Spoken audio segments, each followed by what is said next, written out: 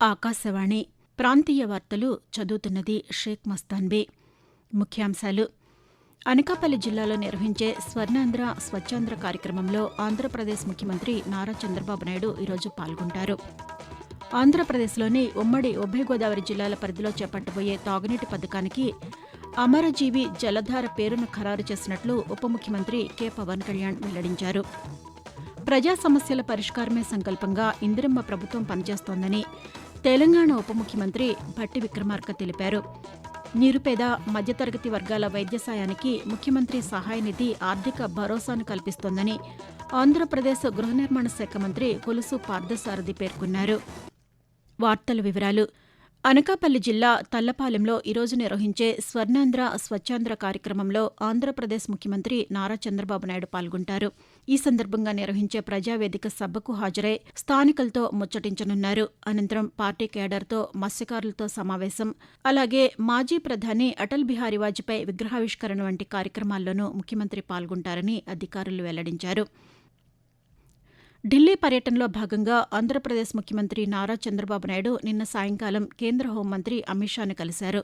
ఈ సందర్భంగా ఆంధ్రప్రదేశ్లో వివిధ ప్రాజెక్టుల పురోగతిపై ఇరువురు నేతల మధ్య చర్చ జరిగిందని అధికారులు వెల్లడించారు. ఇటీవల విశాఖపట్నంలో నిర్వహించిన పెట్టుబడుల సదస్సుకు వచ్చిన సానుకూల స్పందనను కేంద్ర హోంమంత్రికి ముఖ్యమంత్రి వివరించినట్లు అధికారులు పేర్కొన్నారు. రాష్ట్రంలోని రాజకీయ పరిణామాలపై ఈ సమావేశంలో ప్రస్తావనకు వచ్చినట్లు వెల్లడించారు. అనంతరం క్రెడాయ్ నేషనల్ కాన్క్లేవ్లో ముఖ్యమంత్రి పాల్గొన్నారని తెలిపారు.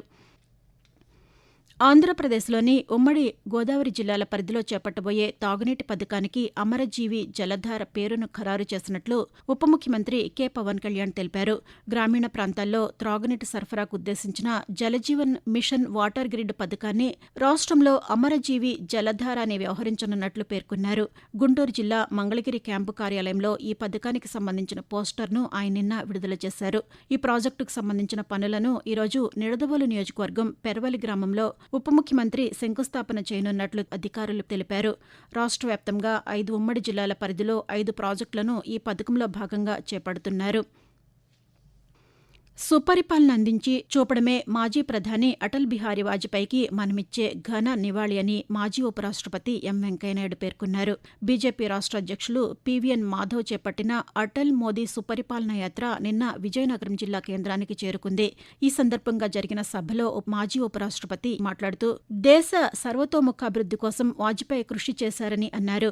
దేశంలో పెద్ద ఎత్తున రహదారులు అనుసంధానం చేశారని పేర్కొంటూ కశ్మీర్ నుంచి కన్యాకుమారి వరకు, కలకత్తా నుంచి కటక్ వరకు, గుజరాత్ లో ఉన్న కచ్ వరకు మొత్తం అనుసంధానం చేసే కార్యక్రమాన్ని మొట్టమొదటిగా దేశంలో ప్రవేశపెట్టింది శ్రీ అటల్ బిహారీ వాజ్పేయి గారు చెప్పిన సందర్భంగా మనం చేస్తున్నాం. దేశంలో అనుసంధానకర్త, కనెక్టివిటీ రెవల్యూషన్ తెచ్చిన వ్యక్తి శ్రీ అటల్ బిహారీ వాజ్పేయి. ఆయన చూపించిన మంచి మార్గం అవుతుందో సుపరిపాలన, దాన్ని మన వ్యక్తిగత జీవితంలో మనకు వచ్చిన పదవి ద్వారా దాన్ని అమలు చేసి చూపిస్తే అప్పుడు నిజంగా అటల్ బిహారీ వాజ్పేయి గారికి నివాళులు అర్పించిన వాళ్ళు అవుతాను మీకు మనం చేస్తున్నాను. ప్రజా సమస్యల పరిష్కారమే సంకల్పంగా ఇందిరమ్మ ప్రభుత్వం పనిచేస్తోందని తెలంగాణ ఉప ముఖ్యమంత్రి భట్టి విక్రమార్క పేర్కొన్నారు. హైదరాబాద్ బేగంపేట ప్రజాభవన్లో ప్రజావాణి 2వ వార్షికోత్సవాన్ని నిన్న నిర్వహించారు. ఈ సందర్భంగా 2 ఏళ్ల ప్రగతి నివేదికను ఉప ముఖ్యమంత్రి విడుదల చేశారు. ఫిర్యాదుల పరిష్కారానికి కృషి చేసిన అధికారులను సన్మానించారు. అనంతరం ఆయన మాట్లాడుతూ ఈ ప్రజాప్రభుత్వం యొక్క లక్ష్యం ప్రజల యొక్క సమస్యల పరిష్కారం కోసం ప్రజావాణిని మేము అనుకున్నట్టుగా అదే సంకల్పంతో రాబోయే రోజుల్లో కూడా నిర్వహిస్తాం. ప్రజల సమస్యల పరిష్కారం చేయడం కోసం ఈ ప్రజాప్రభుత్వం సంకల్పంతో ముందుకు పోతుందని కూడా ఈ సందర్భంగా చెప్తా ఉన్నాం. ప్రధానమంత్రి నరేంద్ర మోదీ తన మనసులోని భావాలను ఆకాశవాణి ద్వారా దేశ ప్రజలతో పంచుకునే మన్ కీ బాత్ మనసులోని మాట కార్యక్రమం 129వ సంచిక ఈ నెల 28వ తేదీ ఆదివారం ప్రసారమవుతుంది. మన్ కీ బాత్ కార్యక్రమానికి ప్రజలు తమ సూచనలు అందించాలని ప్రధాని కోరారు. ప్రజలు తమ స్వర సందేశాలను 1800117800 నంబరుకు ఈ నెల 26వ తేదీ సాయంకాలం వరకు పంపవచ్చు.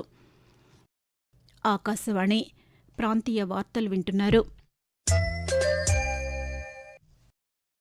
గ్రామీణ ప్రాంత వేతనదారులకు కల్పిస్తున్న ఏడాదికి 100 రోజుల పని దినాలను 125 రోజులకు పెంచేందుకు కేంద్ర ప్రభుత్వం ప్రవేశపెట్టిన Viksit Bharat guarantee for Rozgar and Ajeevika mission Gramin bill నిన్న రాజ్యసభ ఆమోదం పొందింది.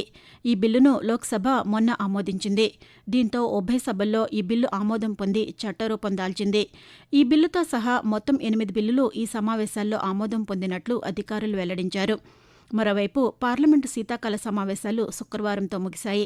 ఉభయ సభలు నిరవధికంగా వాయిదా వేస్తున్నట్లు Lok Sabha speaker Om Birla, Rajya Sabha chairman CP Radhakrishnan ప్రకటించారు.